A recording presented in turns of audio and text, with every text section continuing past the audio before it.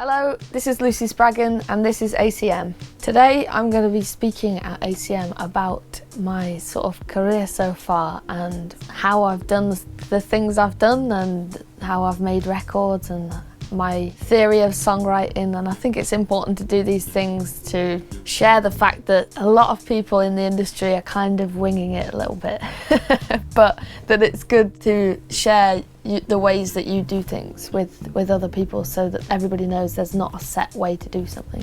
Well, two of my band members went to ACM in Guildford, so I have great opinions of ACM. Alex Torgerson is my drummer and Matt Aston's my bassist, and they are fabulous. So, I mean, just being here you can see that the equipment and the surroundings are great. So I played my first live gig when I was 12 at Christchurch Tramway Festival, which nobody will ever have heard of. I went and did a few competitions. I went on X Factor in 2012. Was the first person who'd ever done their own composition on there. Since then I've had 4 top 40 records. 3 of them have been self-released. I now own a record label called Control Records, which is probably the coolest part, apart from playing live. No, it's all cool actually, I love it. X Factor's a funny one because in many ways it's a massive blessing, and then in other ways it can be not so much.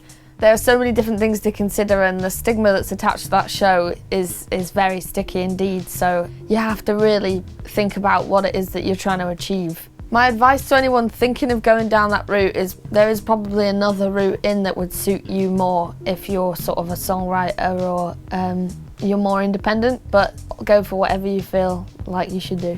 The most important thing I learned of being on X Factor is that, I mean, afterwards, while I was on it, is that independence is genuinely the key to staying true to yourself. And then afterwards I learned that perseverance and self-confidence are the key, and not necessarily to listen to everyone around you, but just to keep headstrong, keep good people around you. My advice to anybody looking at chart positions would be to stop looking at chart positions, because that's not how you write good songs, and good songs are written generally when you stop caring about those chart positions.